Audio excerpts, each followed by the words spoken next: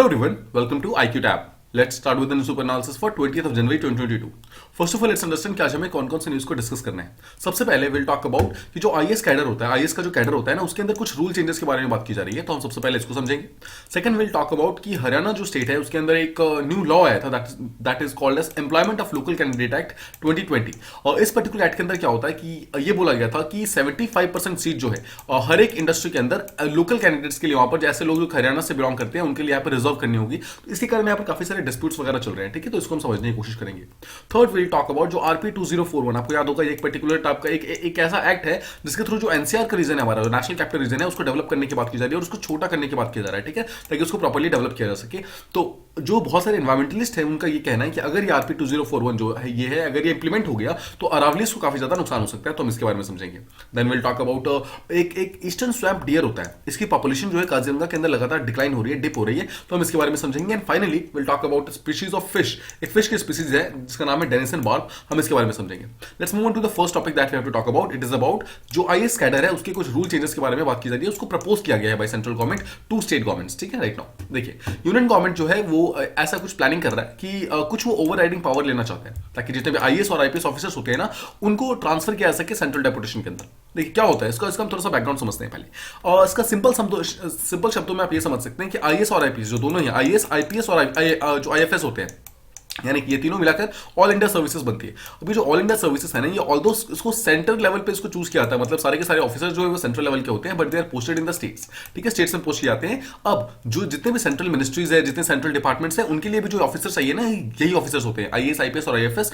अब जो सेंटर की जो बहुत सारे आईएएस आईपीएस और आईएफएस है ना, उनको वहां पर स्टेट क्या करती है, सेंट्रल लेवल में भेजती है डेपुटेशन के ऊपर, मतलब कुछ दिनों के लिए सेंट्रल डिपार्टमेंट्स के लिए काम करने के लिए भेजा जाता है, ठीक है। तो उसी चीज के बारे में बात की जा रही है। यूनियन गवर्नमेंट बोल रहा है कि हम अपने पास कुछ ऐसी पावर्स रखना चाहते हैं कि जब चाहे हम कुछ आईएएस और आईपीएस को अपने पास बुला सके। इसका मतलब क्या है, स्टेट से हम डायरेक्टली सेंटर के पास ट्रांसफर करा सके डेपुटेशन के ऊपर।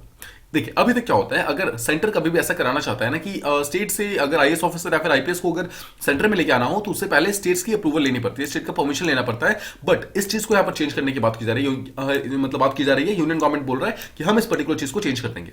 अब जो हमारा डीओपीटी यानी कि department of personal and trading है, ये मतलब इस पर्टिकुलर चीज के लिए, मतलब जो जितने भी कैडर अलॉटमेंट्स होती है उन सबके लिए रिस्पॉन्सिबल होता है। उसने देखिए हर एक स्टेट को एक लिखा है, ठीक है, स्टेट को मतलब it wrote to the states की जो रूल 6 है ऑफ आईएएस कैडर रूल्स 1954। आपको ध्यान रखना, देखिए अगर कल को आप आईएएस बन जाते हैं ना, तो आपको जो कैडर मिलेगा, जो मतलब जहां पर आपकी पोस्टिंग होगी ना, that will B actually decided by IAS cadre rule 1954। तो ये एक टाइप का स्टैच्यूटरी लॉ है जिसके थ्रू आपका जो कैडर होगा वो डिसाइड किया जाएगा। नाउ इस पर्टिकुलर कैडर का जो रूल नंबर 6 है ना, उसको यहाँ पर चेंज करने की बात की जा रही है, जहां पर ये बोला जाता है कि आपको स्टेट से परमिशन लेनी पड़ती है, इसको चेंज करना है। तो ये तो बहुत ही नॉर्मल सी बात है। देखिए सेंटर जो है यहाँ पर स्टेट के राइट्स में इन्फ्रेंच कर रहा है, राइट, स्टेट मतलब स्टेट की जो राइट्स है उसके अंदर घुसने की कोशिश कर रहा है। तो बहुत ही नॉर्मल चीज है कि यहाँ पर सेंटर और स्टेट के बीच में कोलिजन होगा, मतलब कोलिजन इन द सेंस कि यहाँ पर दोनों के बीच में डिस्प्यूट्स यहाँ पर पक्का होने वाले हैं, ठीक है, ये चीज तो बहुत ही क्लियर है। अब 6 स्टेट गवर्नमेंट्स जो है उन्होंने इस पर्टिकुलर चीज को अपोज किया है, इस मूव को अपोज किया है, और उन्होंने डीओपीटी को बोला है कि ये पर्टिकुलर चीज आप नहीं कर सकते बिकॉज ऑब्वियसली हमारे फंडामेंटल राइट के अगेंस्ट आता है। जो स्टेट्स की जो स्टेट का जो मतलब डीपीएसपी है, जिस तरीके से वो उस चीज को मतलब चलाने की कोशिश कर रहे हैं, उस चीज के अगेंस्ट आता है। अब देखिए सेंटर ने ऐसा पहली बात तो डिसाइड क्यों किया है, इसका रीजन क्या है, रीजन ये है कि जितना भी यूनियन मिनिस्ट्री यानी कि सेंट्रल लेवल पर जितने भी मिनिस्ट्रीज हैं, डिपार्टमेंट्स हैं, उसमें शॉर्टेजेस चल रही है। आईए मतलब जितने भी ऑल इंडिया सर्विसेज के ऑफिसर्स हैं उनकी, आईएएस आईपीएस आईएफएस, इन सबकी शॉर्टेज चल रही है। तो इस शॉर्टेज को कंप्लीट करने के लिए, मतलब शॉर्टेज को पूरा करने के लिए सेंटर ने बोला है कि हम इस पर्टिकुलर मॉडिफिकेशन को करना चाहते हैं। अब देखिए जो डीओपीटी है वो ये बोलता है कि स्टेट्स जो है वो properly time to time adequate number of officers central deputation पे नहीं भेजती है, मतलब स्टेट को नॉर्मली सेंटर पे भेजना चाहिए time to time, but state ऐसा नहीं करती है। इसी चीज के लिए जो बहुत सारे ऐसे ऑफिसर्स हैं, मतलब बहुत सारे ऐसे जो मतलब पोस्ट हैं जो कि यूनियन मिनिस्ट्री के अंदर अभी भी खाली पड़ी हुई है, उसी चीज को हम यहाँ पर फिल करना चाहते हैं, इसलिए हम इस पर्टिकुलर चीज को मतलब ये चेंजेस यहाँ पे लाने चाहते हैं।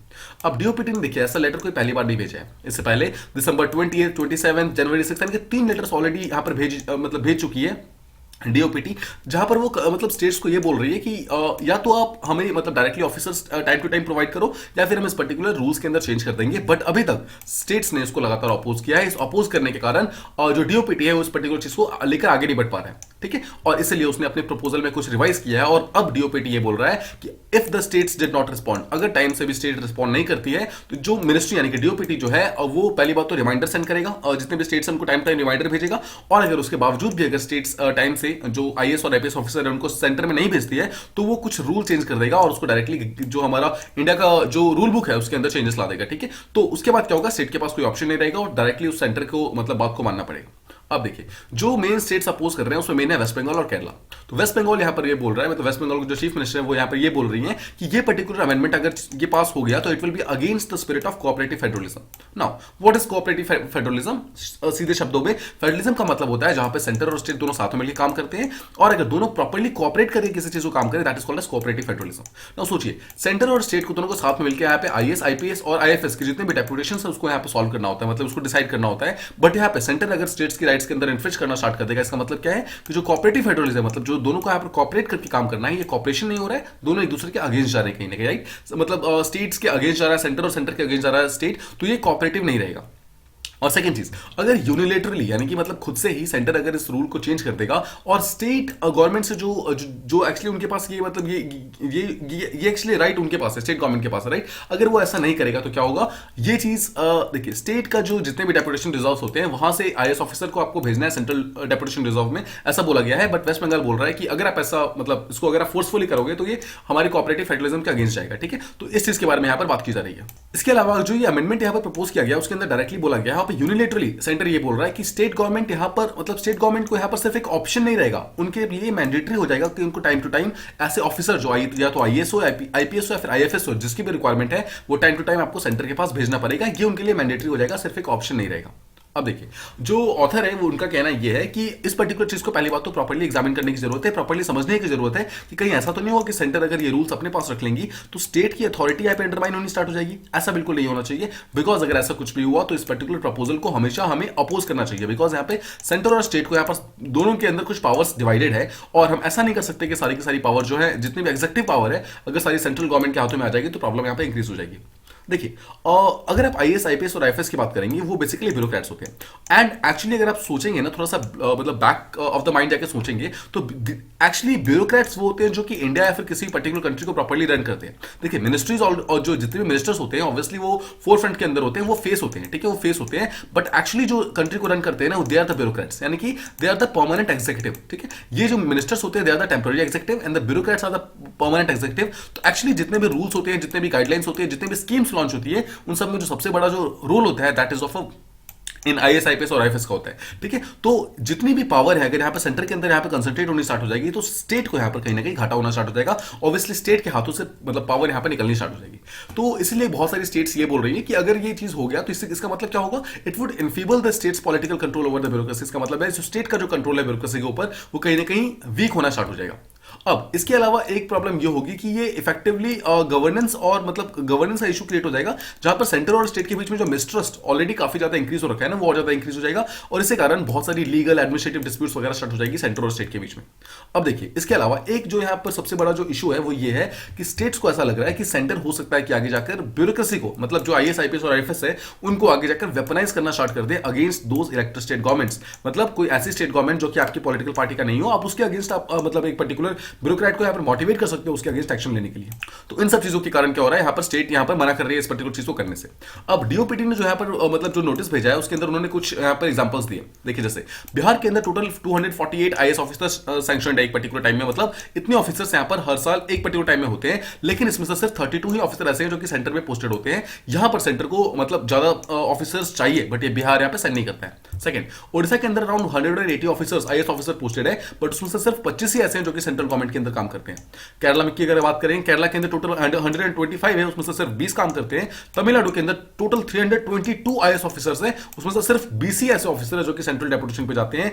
एंड अगर आप यूपी की बात करेंगे, यूपी में अगर देखिए टोटल नंबर ऑफ पोस्ट जो है that is around 536 IAS officers की टोटल सीट है, बट उसमें से सिर्फ और सिर्फ 32 ही ऑफिसर ऐसे हैं जो कि सेंट्रल डेपुटेशन पे जाते हैं, मतलब जो सेंट्रल गवर्नमेंट के अंदर काम करते हैं, बाकी सब के सब यहाँ पर स्टेट गवर्नमेंट के अंदर काम कर रहे हैं। तो अब देख रहे हैं ब्यूरोक्रेसी जो actually main pillar of the मतलब जो हमारा जो एग्जीक्यूटिव है उसका मेन पिलर यहाँ पे ब्यूरोक्रेसी है। और आप देख रहे हैं कि मेजॉरिटी ऑफ द ब्यूरोक्रेट्स जो है वहां पर स्टेट गवर्नमेंट के अंदर काम कर रहे हैं। स्टेट जो सेंट्रल गवर्नमेंट है उसके पास प्रॉपर यहाँ पर काम करने के लिए प्रॉपर मैन पावर नहीं है, प्रॉपर उनके पास ब्यूरोक्रेट्स नहीं है। इसलिए जो डीओपीटी यानी कि department of personal and training है, उसने कुछ अमेंडमेंट्स प्रपोज किए हैं यहाँ पर, ठीक है। तो हम सबसे पहले उन अमेंडमेंट को हम यहाँ पे चेक करते हैं। देखिए टोटल 4 अमेंडमेंट यहाँ पे प्रपोज किए गए हैं रूल 6 के अंदर। जिससे पहला ये है कि बोलता है कि अगर जो स्टेट गवर्नमेंट है अगर वो डिले करता है और किसी भी स्टेट कैडर के ऑफिसर को टाइम से सेंटर पे नहीं भेजता है, तो उस पर्टिकुलर ऑफिसर को उस पर्टिकुलर कैडर से हटा दिया जाएगा और उसके बाद सेंट्रल गवर्नमेंट के अंदर उसको इंक्लूड कर लिया जाएगा। तो पहली बात तो ये होगा कि डायरेक्टली यहां पे बोला गया है कि अगर आप खुद से हमें ऑफिसर नहीं दोगे तो हम डायरेक्टली उस ऑफिसर को सेंटर के अंदर इंक्लूड कर लेंगे। सेकंड चीज देखिए, अब अभी के टाइम में किसी भी पर्टिकुलर ऑफिसर को, मतलब जो भी आईएएस ऑफिसर आईपीएस ऑफिसर जो है, अगर वो स्टेट से सेंटर की तरफ जा रहा है ना, सबसे पहले उसको स्टेट से एनओसी का एक बेसिकली एनओसी लेना होता है। इसका मतलब क्या है, नो ऑब्जेक्शन का क्लियरेंस लेना होता है, एक नो ऑब्जेक्शन लेना होता है, उसके बाद ही वो सेंटर में जा सकता है और सेंटर के डेपुटेशन के ऊपर काम करता है, उससे पहले नहीं जा सकता है। सेकंड चीज बोला है, सेकंड चेंजेस क्या है, सेकंड चेंज ये बोला है कि जो सेंटर है वो डिसाइड करेगा कि एक्चुअल नंबर ऑफ ऑफिसर हमें कितने चाहिए। अभी तक अगर आप बात करेंगे तो अभी जो है टोटल ये बोला जाता है कि टोटल एक पर्टिकुलर स्टेट के पास टोटल जितनी भी स्ट्रेंथ है ना, एक पर्टिकुलर मतलब टोटल उसका कैडर स्ट्रेंथ जितना भी है उसका 40% मतलब मैक्सिमम उसके 40% लोग जो हैं आईएएस आईपीएस आईएफएस जो हैं वो सेंटर में जा सकते हैं। ऐसा अभी रूल है, लेकिन अभी बोला जा रहा है इसको चेंज करके हम बोल रहा है कि सेंटर अब से डिसाइड करेगा कि एग्जैक्टली हमें कितने आईएएस चाहिए, कितने आईपीएस चाहिए। ऑब्वियसली इसको स्टेट के कंसल्टेशन के साथ किया जाएगा, लेकिन एक बार जब डिसाइड हो जाएगा तो उतने नंबर ऑफ जितने ऑफिसर्स हैं उतने नंबर के ऑल इंडिया सर्विस के ऑफिसर्स जो हैं इंक्लूडिंग आईपीएस वो आपको देने ही पड़ेंगे, मतलब स्टेट को जो है सेंटर के पास भेजना ही पड़ेगा। ये मैंडेटरी हो जाएगा, कंपलसरी हो जाएगा। अब थर्ड जो चीज यहां पे प्रपोज किया गया वो ये बोला है कि सेंटर और स्टेट के बीच में मान लो किसी भी चीज के लिए अगर डिसएग्रीमेंट होता है कि कोई एक पर्टिकुलर ऑफिसर यहां पर सेंटर के अंदर काम करेगा फिर स्टेट के अंदर काम करेगा, तो ये मैटर जो होगी फाइनली सेंट्रल गवर्नमेंट डिसाइड करेगी, स्टेट गवर्नमेंट का यहां पर कोई भी से नहीं होगा। और सेंट्रल गवर्नमेंट यहां पे जो भी डिसीजन लेगी उसको स्टेट को मानना पड़ेगा और टाइम से एक स्पेसिफाइड टाइम के अंदर उस पर्टिकुलर ऑफिसर को सेंटर के पास भेजना होगा। एंड द फोर्थ चेंज जो प्रपोज किया गया वो ये बोला है कि एक स्पेसिफिक सिचुएशन के अंदर जहां पर the service of the cadre officer are required by the central government in public interest, जहां पर एक पर्टिकुलर जो सेंट्रल गवर्नमेंट है अगर वो ये चाहता है कि एक पर्टिकुलर आईएएस ऑफिसर उसके पास अगर काम करे इन पब्लिक इंटरेस्ट, तो वहां पर स्टेट उस चीज को मना नहीं कर सकता है। स्टेट वहां पर डायरेक्टली उस पर्टिकुलर पर्सन को सेंटर के पास भेजना होगा। ठीक है, तो आप देख रहे हैं यहाँ पर आप चारों को यहाँ पे ध्यान रखना है, ये 4 अमेंडमेंट्स प्रपोज किए गए हैं। जब भी ये फाइनलाइज होगा तो हम उसके बारे में अगेन इसके बारे में बात करेंगे। अब अगर आप आईएएस ऑफिसर्स की बात करेंगे तो इनकी जो कंट्रोलिंग अथॉरिटी होती है, इसका जितने भी एक पर्टिकुलर पर्सन मतलब जो पर्सन है वो कहां पर जाएगा, कहां पर पोस्टिंग जाएगी उसकी, वो डीओपीटी डिसाइड करता है, यानी कि department of personal and training decide करता है।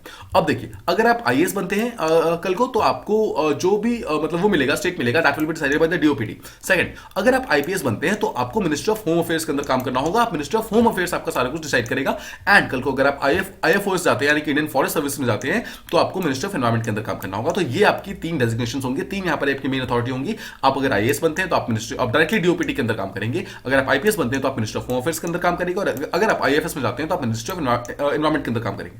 तो पॉइंट इज कि हम आईएएस आईपीएस और आईएफएस को ही क्यों बात कर रहे हैं, बिकॉज जो हमारी ऑल इंडिया सर्विसेज होती है उसके अंदर यही तीनों मतलब होते हैं। ठीक है, first is IAS, second is IPS and third is IFS. ठीक है, आई होप आपको ये चीज प्रॉपर्ली समझ आ गई। अब देखिए डीओपीटी ने जो ये इससे पहले जो एक नोटिस भेजा था दिसंबर 2020 के अंदर, उन्होंने ये बोला था कि जो उसकी जो वेरियस सेंट्रल मिनिस्ट्रीज है ना उसके अंदर बहुत सारी वैकेंसीज जो है, जो हाई पोस्ट की वैकेंसीज है वो खाली है, और हमारे पास कोई भी आईएएस ऑफिसर नहीं है जिसको हम प्रॉपर्ली फिल कर सके, इसलिए वैकेंसीज खाली है। देखिए कुछ वैकेंसीज तो ऐसी हैं जो कि डायरेक्टर रैंक की है, कुछ ज्वाइंट सेक्रेटरी की रैंक की है, और इसके बावजूद ये पर्टिकुलर चीजें यहाँ पर खाली है, और इसीलिए जो एडमिनिस्ट्रेटिव एफिशिएंसी है वो लगातार यहाँ पर डिक्रीज होती जा रही है इन पर्टिकुलर मिनिस्ट्रीज के अंदर।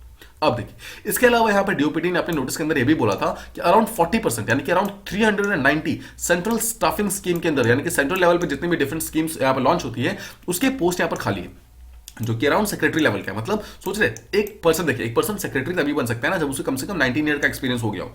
19 साल के एक्सपीरियंस यानी कि सेक्रेटरी लेवल के ऑफिसर्स के लिए अराउंड 40% सीट्स अभी भी सेंटर के अंदर खाली पड़ी हुई। सेकंड चीज देखिए, और ऐसे ऑफिसर्स यानी कि ऐसे रैंक्स जहां पे डेप्टी सेक्रेटरी का आपको पर्सन चाहिए या फिर आपको डायरेक्टर रैंक का ऑफिसर चाहिए। देखिए अगर आपको कल को अगर आप आईएएस बन जाते हैं ना, जैसे आप यूपीएससी एग्जाम क्वालिफाई करेंगे और जैसे आपको आईएएस यहाँ पर रैंकिंग मिलेगी, जैसे आपको आईएएस मिलेगा ना उसके 9 साल के अंदर आप डायरेक्टली डेप्टी सेक्रेटरी बन जाते हैं। ठीक है, और 14 सालों के अंदर आप डायरेक्टर बन जाते हैं, और यहाँ पे 19 सालों के अंदर you will become the secretary of a particular ministry. So this is what actually you are aiming for. It is not just the district magistrate. You are not aiming just for the DM. You are aiming much more than that. आपको ठीक है ये बात ध्यान रखना है। अगर आप कल को आईएएस क्वालिफाई करते हैं ना, अगर आप आईएएस बनते हैं कल को, आई एम श्योर आप हर एक मतलब आप सब यहाँ पर इस पर्टिकुलर एग्जाम को क्वालिफाई करेंगे, बट द पॉइंट बीइंग आपको यहाँ पर सिर्फ डीएम के बारे में नहीं सोचना है। ठीक है, डीएम तो एक this is just the first step. ठीक है, ऑल्दो देखिए अभी जितनी भी चीजें होती है वो सब के सब डीएम के बारे में सोचते हैं कि हम बनेंगे तो डीएम बनेंगे, but the point is this is just the first step. आपको यहाँ पर सेक्रेटरी लेवल तक सोचना है, और सेक्रेटरी का जो हाईएस्ट होता है that is actually the cabinet secretary, जो कि आईएएस ऑफिसर्स की जो टॉप मोस्ट पोस्ट होती है that is the cabinet secretary, जो डायरेक्टली प्राइम मिनिस्टर और प्रेसिडेंट के साथ डील करते हैं। तो आपको यहाँ का एम करना है। ठीक है, this is what you should be aiming for. ना ओके। इसके बाद देखिए और 2020 की अगर हम बात करें, जो हमारा डीओपीटी है उसने ये चीज इंश्योर किया था कि और भी हमें ऑफिसर चाहिए सेंटर के अंदर, ठीक है। इसलिए उसने कुछ नॉर्म्स चेंज किए, उसने कुछ चीजें चेंज की और उसने यहाँ पर ये मैंडेटरी कर दिया था कि कोई भी ऐसा ऑफिसर जो कि 2007 के बाद यहाँ पर सेलेक्ट हुआ है, मतलब 2007 के बैच के बाद जो भी पर्सन यूपीएससी क्वालिफाई करके जिसको आईएएस का यहाँ पर जो वो मिल रहा है, ठीक है, जो आईएएस उसको मिल रहा है, उसको यहाँ पर कम से कम 2 साल यहाँ पर सेंटर के अंदर काम करना होगा फर्स्ट 16 साल के अंदर। मतलब जिस दिन वो यूपीएससी क्वालिफाई कर लेगा और जिस दिन वो आईएएस की तरह डेप्यूट हो जाएगा, उसके अगले 16 साल के अंदर से, मतलब 16 साल के अंदर उसको 2 साल कम से कम सेंट्रल डेपुटेशन के अंदर काम करना होगा। और अगर वो एक काम करेगा ना, तभी उसकी रैंकिंग जो है ज्वाइंट सेक्रेटरी लेवल तक पहुंचेगी, नहीं तो वो ज्वाइंट सेक्रेटरी नहीं बन पाएगा।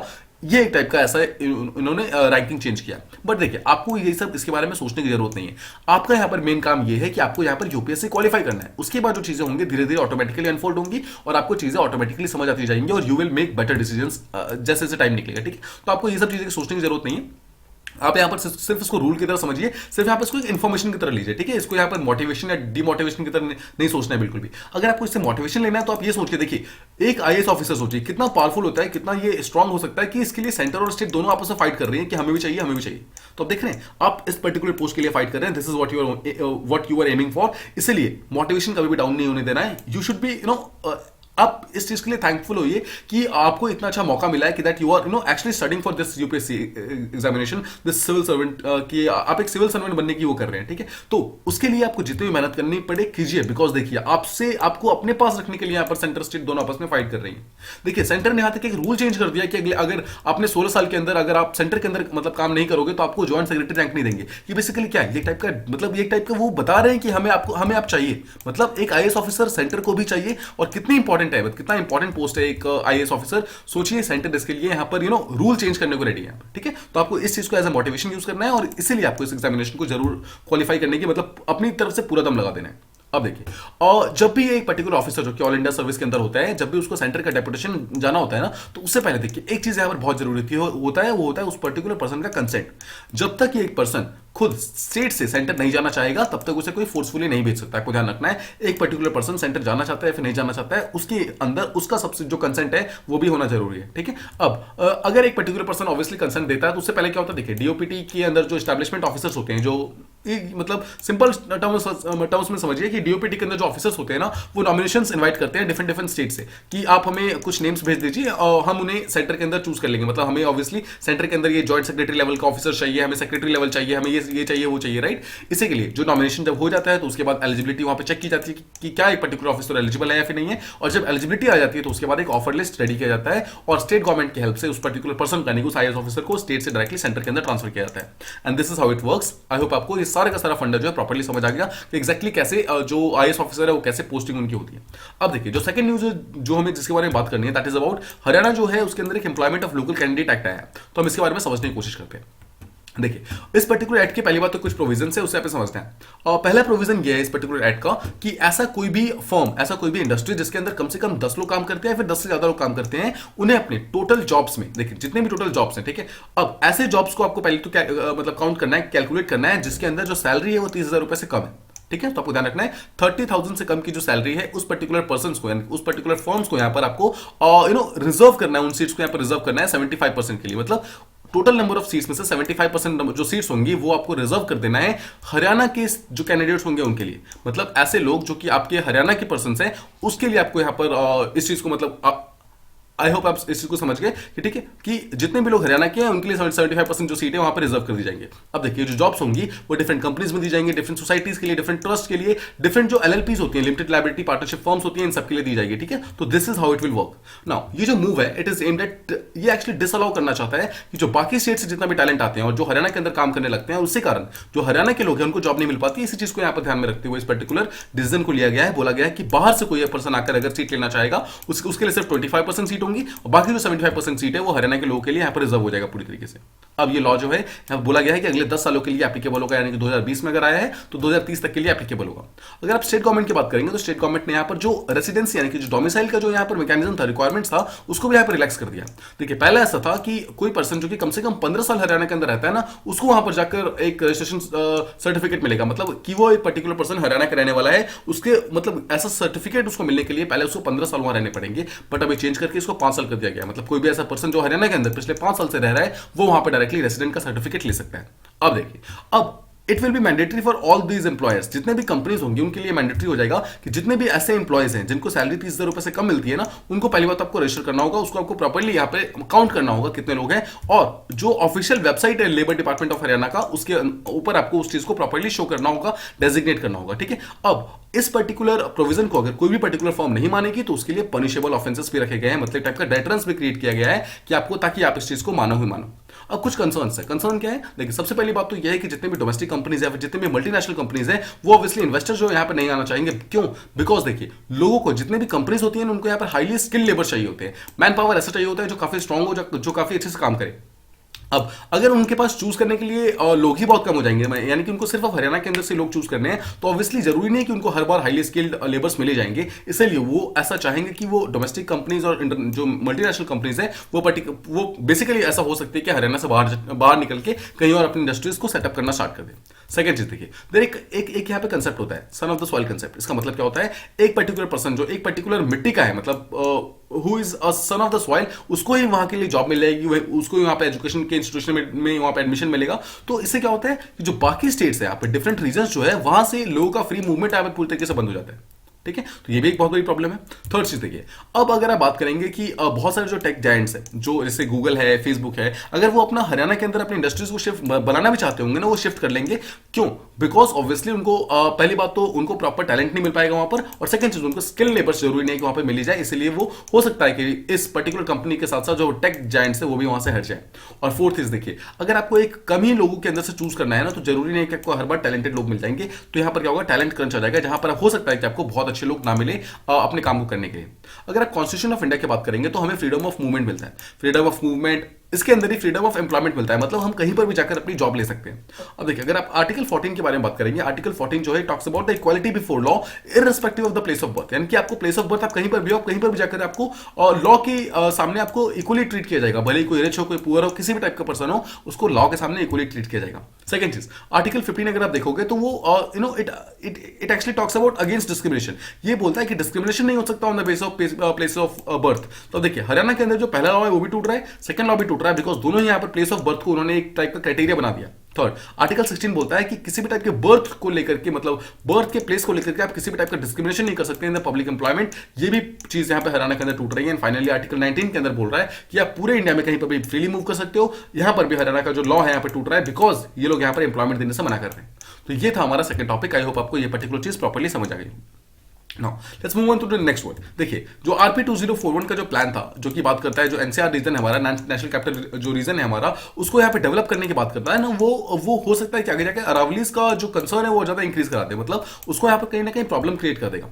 अब जो इन्वायरमेंटलिस्ट उनका ये कहना है कि अगर ये RP 2041 यहाँ पे ये पूरी तरीके से इंप्लीमेंट हो जाता है, तो बहुत बड़े जो फॉरेस्ट है और अरावलीज है, बेसिकली गुड़गांव, मतलब फरीदाबाद, इन सब का एरिया जो है, इट विल लूज द, मतलब उनको वहां पर जो अभी तक जो सेफ्टी मिल रही थी ना उनको, वो उस जोन का जो प्रोटेक्शन है वो पूरी तरीके से हट जाएगा, specially from the construction sector, यानी कि बहुत सारी बिल्डिंग वगैरह बननी स्टार्ट हो जाएगी यहाँ पर इन सब एरियाज के अंदर। अब देखिए, जो अरावलीज का रीजन है वो ऑलरेडी इकोलॉजिकली बहुत ही फ्रेजाइल रीजन है, ठीक है। ये वन ऑफ द, आपको पता होगा जो अरावलीज है, it is one of the oldest landmarks of India and actually one of the oldest landmarks of the world. सोचिए, इतना ओल्डेस्ट लैंडमार्क है, इसे हम अभी तक प्रोटेक्ट करने की कोशिश कर रहे थे, अचानक से आपने इसका प्रोटेक्शन छीन लिया, तो यहां पर सोचिए कंस्ट्रक्शन वगैरह होना स्टार्ट हो गया तो ये प्रॉब्लम बढ़ जाएगी, ठीक है। जो RP 21 है, यानी कि RP जो 2021 था, इससे पहले जो आया था, उसके अंदर इसको प्रॉपर कंजर्वेशन दिया गया था, लेकिन RP 2041 जो आया है उसके अंदर इस चीज का जो कंजर्वेशन स्टेटस है वो छीन लिया गया है। अगर आप RP 2041 की बात करेंगे तो उसने बोला है कि नेचुरल जोन, कोई भी ऐसा जोन होगा जो कि किसी भी टाइप के, जिसके पास नेचुरल फीचर्स होंगे, जैसे कि माउंटेन्स हो गए, हिल्स हो गए, रिवर्स हो गए, वाटर बॉडीज हो गई, ये सब कोई भी चीज जो कि एक्शन ऑफ नेचर बना रहा है, मतलब कोई नेचर के एक्शन के थ्रू बन रहा है, that will be called as an natural zone. But देखिए, जो नेचुरल जोन है ना, इसका पहले नाम कुछ और था। जो पिछला प्लान था उसमें इसको नेचुरल कंजर्वेशन जोन बोलते थे, जहां पर हर एक चीज को यहां पर प्रॉपर्ली कंजर्व करने की बात की जाती थी, बट अब यहां पर कंजर्वेशन वर्ड को यहां पर ड्रॉप कर दिया गया है।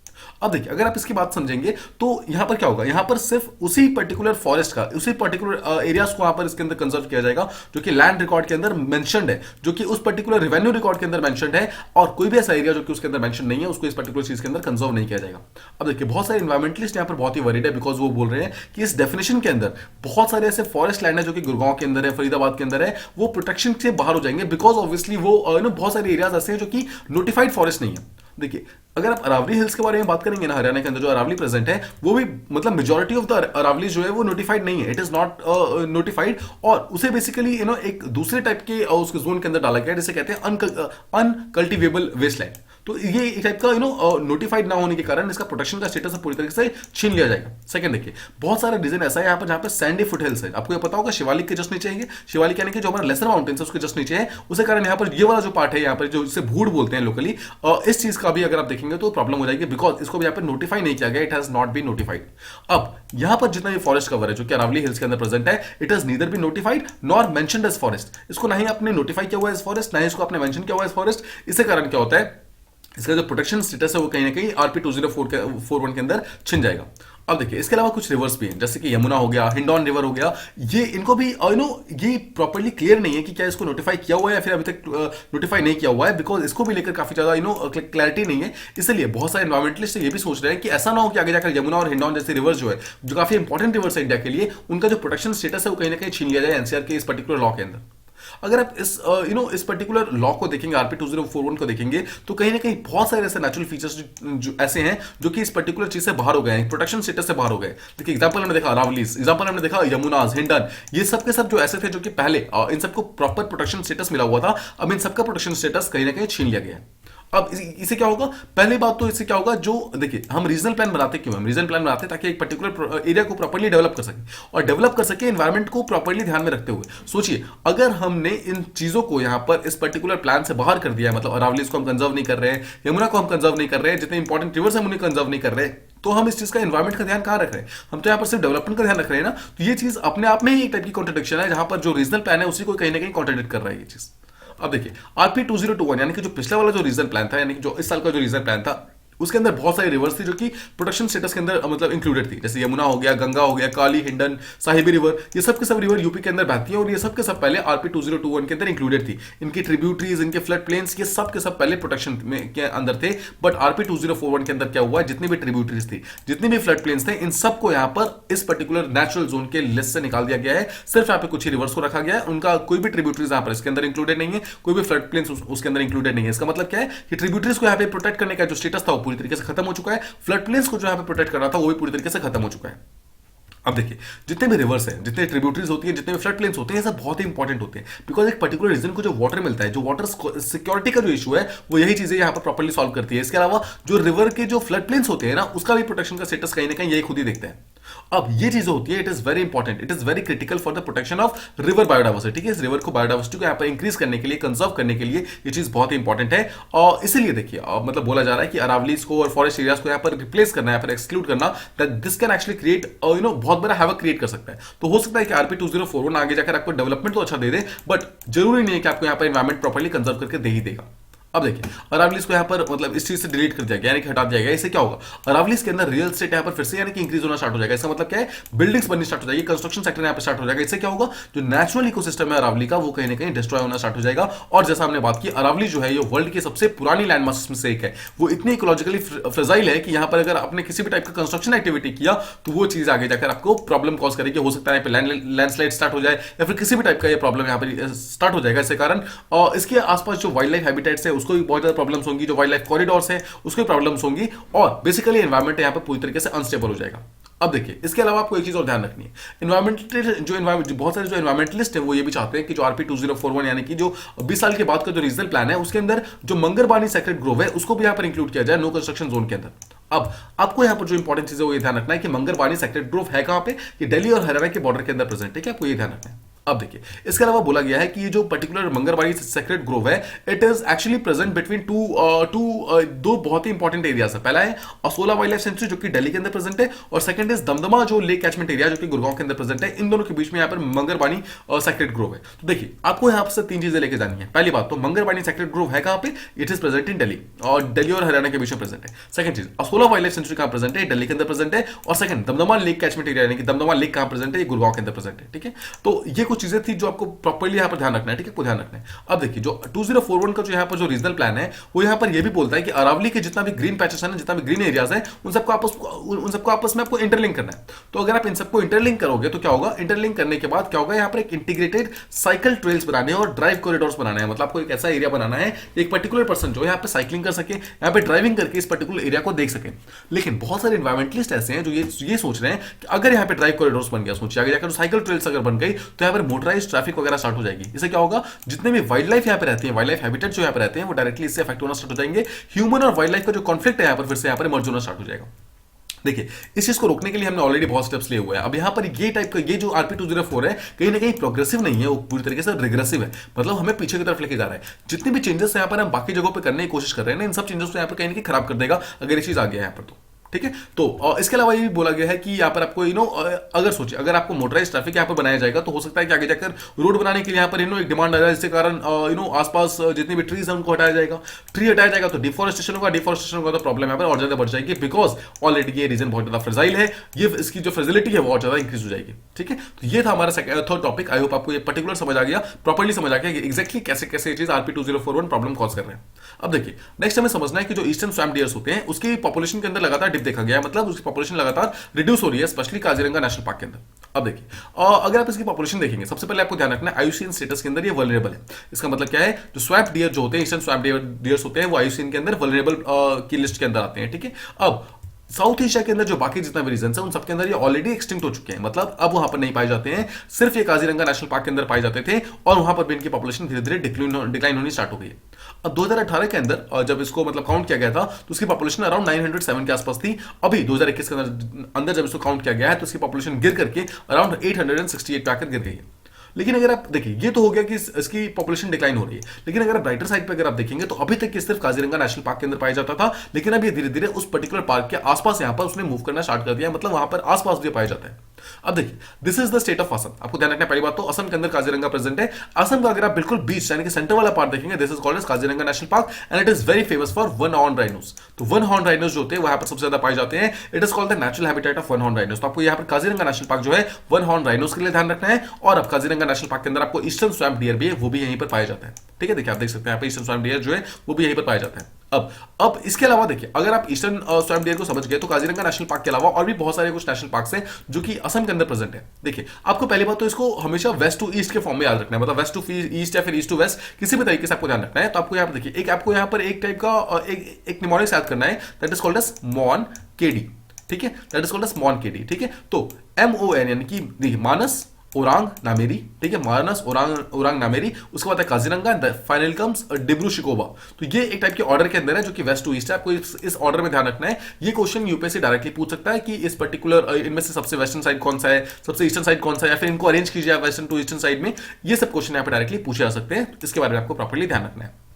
अब जो ईस्टर्न स्वैम्प डियर है वो बेसिकली काजीरंगा से एंडेमिक होते हैं, मतलब नॉर्मली सिर्फ यहीं पाई जाती हैं। लेकिन देखिए काजीरंगा के अंदर एक टाइप के टाइगर्स भी पाए जाते हैं। टाइगर यहाँ पे कार्निवोर्स है, लेकिन कार्निवोर्स का यहाँ पर मेन प्रे बेस जो है ये पर्टिकुलर ईस्टर्न स्वैम्प डियर्स नहीं है, आपको ध्यान रखना है। मतलब टाइगर्स जो बेसिकली जिस पे हमला करते हैं वो ये सब नहीं है, ठीक है। ईस्टर्न स्वैम्प डियर को मार के नहीं खाते हैं। इसके बावजूद इसकी पॉपुलेशन जो है बहुत ही इंपॉर्टेंट है, बिकॉज जब तक ईस्टर्न स्वैम्प डियर यहाँ पे रहता है तब तक इस पर्टिकुलर एरिया का जो इकोलॉजिकल हेल्थ है वो काफी ज्यादा स्ट्रॉग रहता है। और इस जो टाइगर रिजर्व यानी कि जो काजीरंगा टाइगर रिजर्व भी प्रेजेंट है वहां पर, उसके इकोलॉजिकल हेल्थ काफी अच्छा रहता है, ठीक है। इससे क्या होता है, लेकिन देखिए अब अगर इस पर्टिकुलर ये जो एनिमल है वो काजीरंगा से निकल के बाकी एरियाज के अंदर भी मूव कर रहा है, ये एक बहुत ही इंकरेजिंग साइन है, बिकॉज इससे क्या होगा, बाकी एरियाज का जो इकोलॉजिकल वेल्थ है धीरे धीरे वो भी अब इंप्रूव होना स्टार्ट होगा।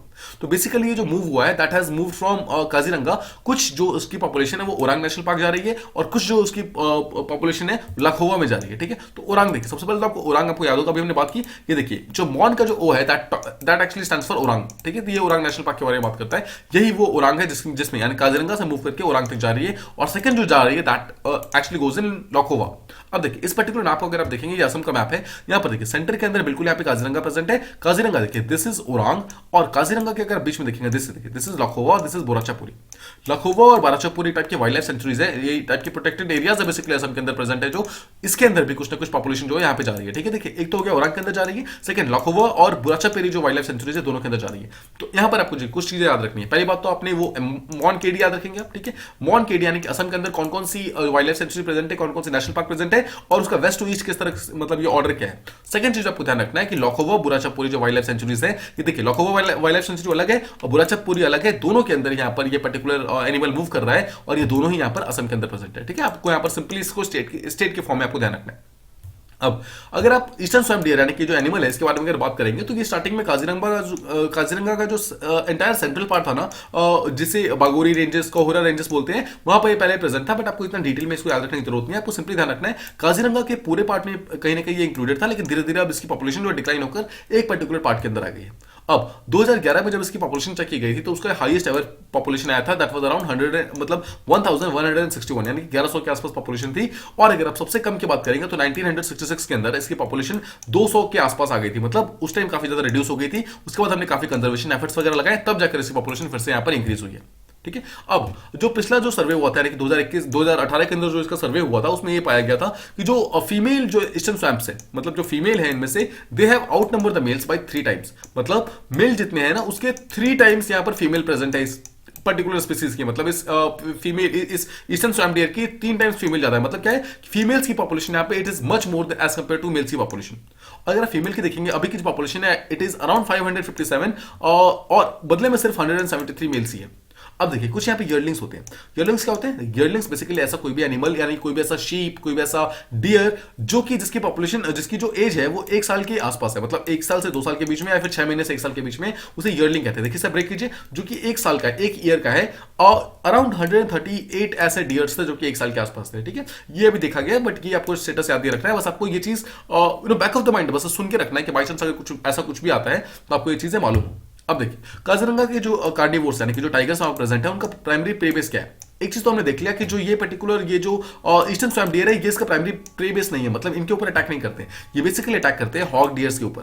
और जो हॉग डियर की पॉपुलेशन यहाँ पे काफी ज्यादा है, 35,000 से लेकर 40,000 के बीच में है। इसके अलावा बार्किंग डियर्स प्रेजेंट है यहाँ पर, सांभर जो भी एक टाइप के डियर है वो प्रेजेंट है, वाटर वो प्रेजेंट है, राइनोस प्रेजेंट है, इनके ऊपर अटैक करती है। बेसिकली ये कभी भी ईस्टर्न स्वैम्प डियर के ऊपर अटैक नहीं करते हैं। तो आपसे अगर यूपीएससी क्वेश्चन पूछता है कि टाइगर का एक बहुत ही इंपॉर्टेंट प्रे बेस जो है वो ईस्टर्न स्वैम्प डियर है, तो that is a wrong statement, आपको ध्यान रखना है। ठीक है, आई होप आपको ये चीजें प्रॉपर्ली समझ आ रही है। अब देखिए अगर आप काजीरंगा नेशनल पार्क की बात करेंगे, दैट एक्चुअली वो फैला हुआ है अराउंड 1300 स्क्वायर किलोमीटर के एरिया में, और वहां पे वाटरफॉल की जो स्पीसीज है वो काफी ज्यादा इंक्रीज हो गई है। वाटरफॉल क्या होता है? वाटरफॉल कोई भी ऐसी पक्षी होती है जो कि पानी के अंदर रहती है। ठीक है, उन पक्षियों को यहाँ पर वाटरफॉल कहा जाता है।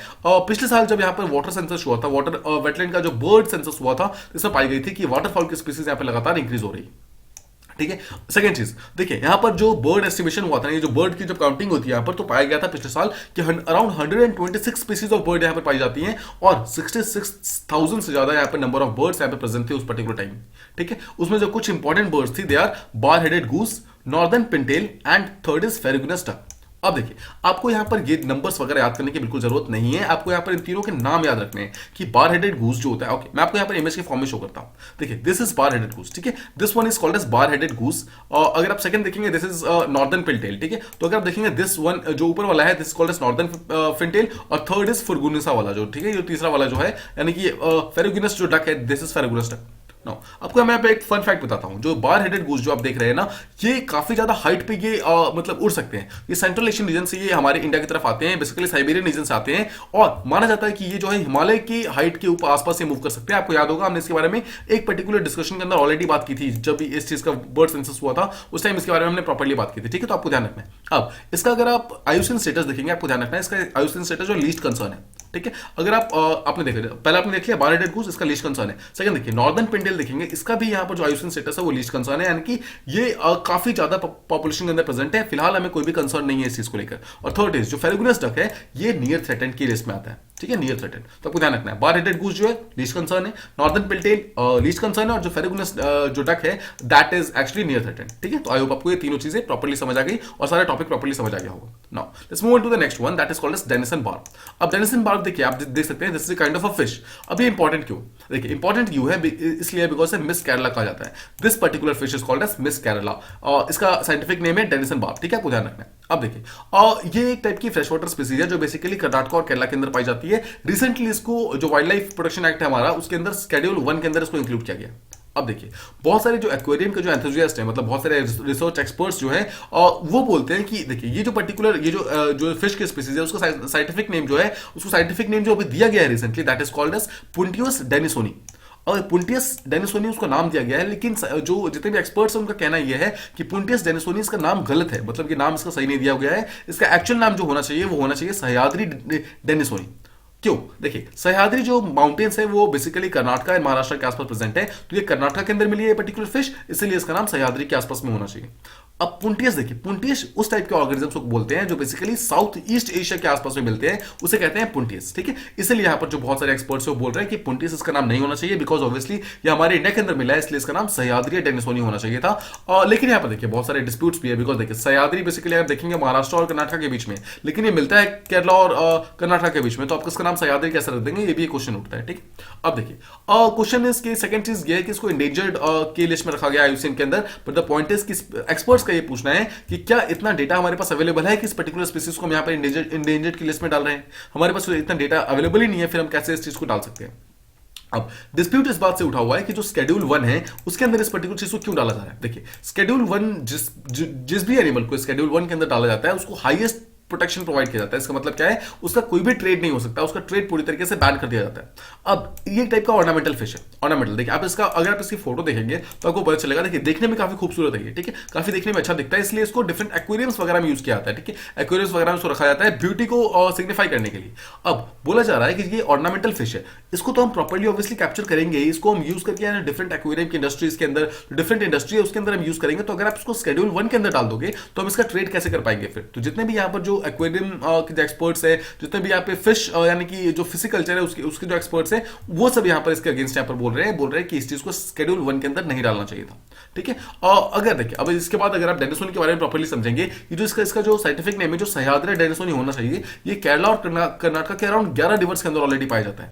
तो अगर इतनी ज्यादा ये पॉपुलेशन में पाया जाता है तो इसको आप एंडेंजर्ड कैसे डाल सकते हो, ये भी एक क्वेश्चन है यहाँ पर। ठीक है, और सेकंड इज जितने भी हमारे इंडिया के अंदर जितने भी एक्वेटिक फौना है ना, देखिए 2 वर्ड्स होते हैं, फौना और फ्लोरा। फ्लोरा का मतलब होता है कोई भी प्लांट्स, और फौना का मतलब होता है कोई भी एनिमल्स या फिर फिशेस। तो एक्वेटिक फौना यानी कि जितने भी फिशेस वगैरह हैं उन सब में सबसे ज्यादा एंडेमिक है, सबसे ज्यादा पॉपुलेशन में पाया जाता है वो यही पर्टिकुलर फिश है।